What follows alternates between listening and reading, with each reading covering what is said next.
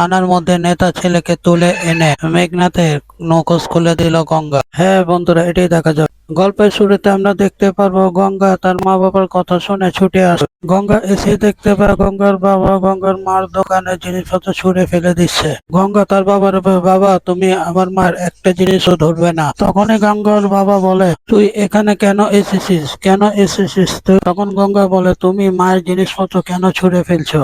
তখন গঙ্গা বাবা বলে, তোর মা আমার টাকা দিচ্ছে না। তখন গঙ্গা বলে, নিজে উপার্জন করে নাও না, মার কাছে কেন টাকা চাইছো? গঙ্গার বাবা বলে, শোন, তোকে ভালো ঘরে বিয়ে দিয়েছি, টাকার বিছানে শুয়ে থাকিস, কখনো টাকা দিয়ে? গঙ্গা বলে, মুখ সামলে কথা বলবে, একদম এখান থেকে চলে যাও, না হলে কিন্তু তোমার অবস্থা ভালো হবে না।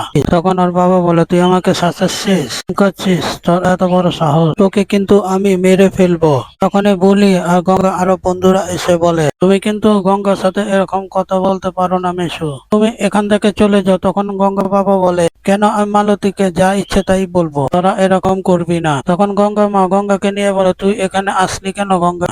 তুই এখান থেকে চলে যা, তোর বাবা তো এরকমই। গঙ্গা বলে, একদম না, মারো তো পারলে আমার গায়ে দেখি কিরকম হাত তুলতে পারো, মায়ের গায়ে একদম হাত তুলবে না। তখন গঙ্গা বাবা বলে, আমার মাথা গরম করবি না গঙ্গা, তাহলে কিন্তু তোকে এখনই মেরে শেষ করে দিব, দেখবি। এই বলে গঙ্গা গায়ে হাত তুলতে যাবে, ঠিক তখনই অর্জুন চলে আসে। এসেই বলে, কি হচ্ছে এসব এখানে? তখন তো গঙ্গা বাবা ভয় পেয়ে যায়, পিছু হেঁটে যায়। তখন অর্জুন বলে, কি করছেন আপনি, কেন করছেন? তখন গঙ্গা মনে মনে বলে, কি ব্যাপার, অর্জুন স্যার জানলো কি করে? তারপর গঙ্গা বাবা ভয় পেয়ে বলে, স্যার দেখুন না, স্যার দেখুন না, আমার ওষুধ খেতে টাকা লাগে, অথচ মালতী আমাকে টাকা দিচ্ছে, বলছে আমি নাকি মদ খেয়ে টাকা উড়িয়ে দিব। বলুন তো, আমি কি মদ খাই? আমি তো মদ খাই না। তখন অর্জুন বলে, শুনুন, যদি পরের থেকে মহিলা মানুষের উপরে যদি হাত তুলতে দেখি না, তাহলে থানা নিয়ে যাও। কি থানা নিয়ে যাও? তখন গঙ্গা বাবু বলে, না না না স্যার, কোনো দরকার নেই, আসলে আমার তো টাকা দরকার ছিল। তখনই অর্জুন নিজের মানিব্যাগ বের করে গঙ্গার বাবাকে টাকা দিয়ে দেয়। তখন তো গঙ্গা বাবা টাকা পেয়ে ভীষণ খুশি আর বলে, না আমি টাকা পেয়েছি, আমার আর কিছু লাগবে না। তখন অর্জুন বলে, শুনুন, পরে থেকে যদি এরকম কিছু দেখেছি আপনি এখানে এসে ঝামেলা করেছেন, তাহলে আপনাকে থানা তুলে গিয়ে এমন ধুলাই দেব না। তখন গঙ্গা বাবা বলে, না না স্যার, যদি না চেয়ে সবকিছু পাওয়া যায় তাহলে কি এমন জামাই কোথাও পাবো?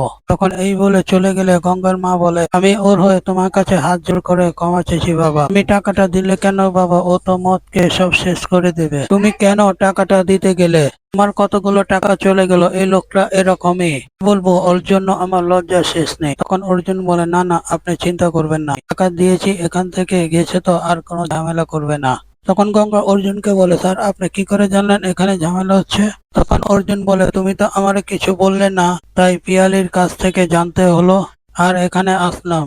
তখন গঙ্গার মা বলে, বাবা তুমি এসেছো, আমি খুব খুশি হয়েছি। আচ্ছা গঙ্গা, আজকে রাতটা এখানে থাকো, কালকে চলে যাবে, আমার তো কোনো সমস্যা হবে না তো? তখন অর্জুন বলে, ও থাকতে চলে থাকুক, আমার কোনো সমস্যা নেই, কিন্তু গঙ্গা কালকে এখান থেকে প্র্যাকটিসে চলে যাবে, ঠিক আছে?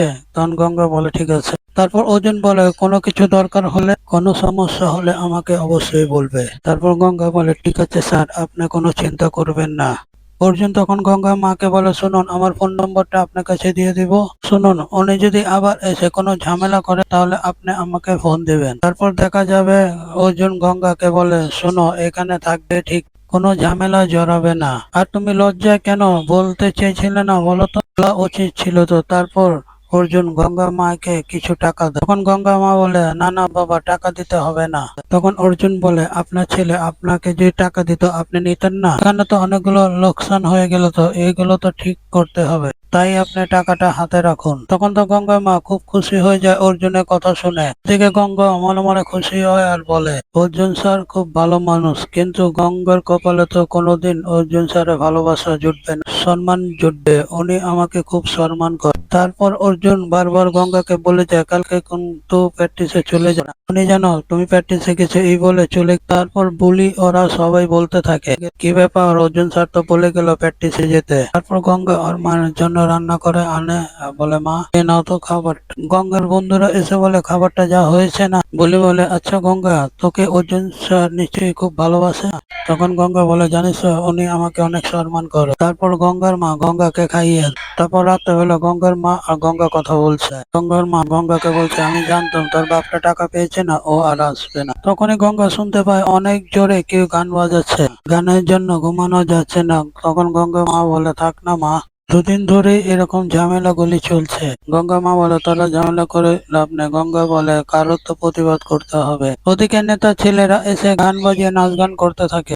মাস্টার মশাই এসে বলে এই তোমরা গান বন্ধ করো, তখন ধরে তোমাকে গান বন্ধ করতে বলছি, তোমরা গান বন্ধ করছো না কেন?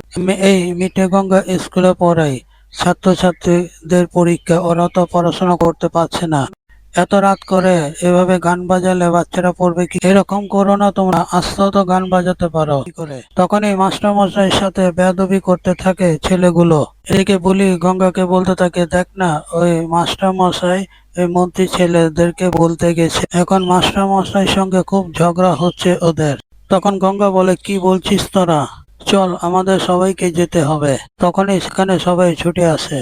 ওদিকে ছেলেগুলো বলে শোন, মাস্টার মশাই বলে দিয়েছে আস্তে গান বাজিয়ে আমাদেরকে নাচ করতে হবে। আস্তে গানটা বাজিয়ে দিত আর আমরা তো একা নাচবো না, মাস্টার মশাই আমাদের সঙ্গে নাচবে। মাস্টার মশাই বলে কি বলছো তোমরা, আমি নাচ করব?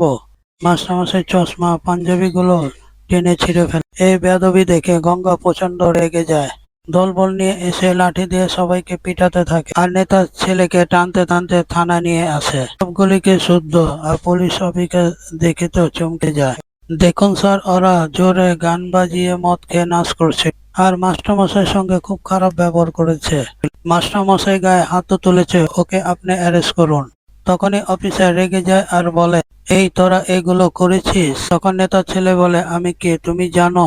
একদম আমার সাথে পাঙ্গা নেবে না। তখন গঙ্গা বলে তুমি কে সেটা আমাদের জানা দরকার নেই, তুমি অপরাধ করেছো, শাস্তি পাবে। তখন মাস্টার মশাই বলে আমাকে হ্যারাসমেন্ট করেছে, আমি ওদের মামলা করব। তখন নেতার ছেলে বলে আমাকে আটকে রাখা তো সহজ নয়, আমার সঙ্গে কোনো রকম কোনো সূত্রামি নয়। তারপর অফিসার সেখান থেকে ছুটে চলে যায়।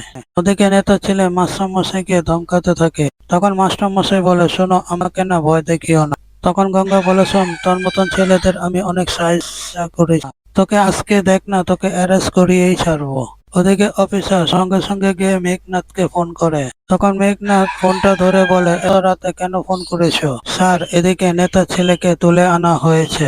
তখন মেঘনাথ বলে নেতা ছেলেকে তুলে আনা হয়েছে মানে? কি বলছো তুমি? এসব ঝামেলা কে পাবে? কে তুলে এনেছে বলো তো?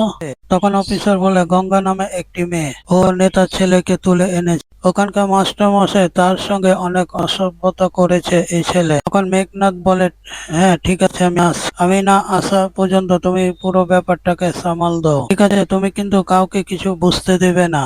মেঘনাথ ফোনটা রেখে যায় আর অফিসার এসে সেখানে বলে বড় অফিসার আসছে। তখন মেঘনাথ সেখানে চলে আসে, বলে কি হয়েছে এখানে? কি হয়েছে এখানে? এত রাত করে আমাকে কেন আসতে হলো এখানে? তখন এই মাস্টার মশাইয়ের দিকে তাকিয়ে থাকে মেঘনাথ। তখন নেতার ছেলে বলে আপনি জানেন আমি কে? তখন মেঘনাথ বলে এই তোর বাবা চাকরি করি আমি, তুই কে সেটা আমাকে জানতে হবে। একদম আমার সঙ্গে রবগিরি করবি না। বুঝতে পেরেছি। গঙ্গার সামনে ভালো সাজার নাটক করে মেঘনাথ। আর এপিসোডটি এখানেই শেষ হয়ে যায়। যদি ভালো লাগে চ্যানেলটি লাইক দিয়ে সাবস্ক্রাইব করে আমাদের সঙ্গে থাকুন।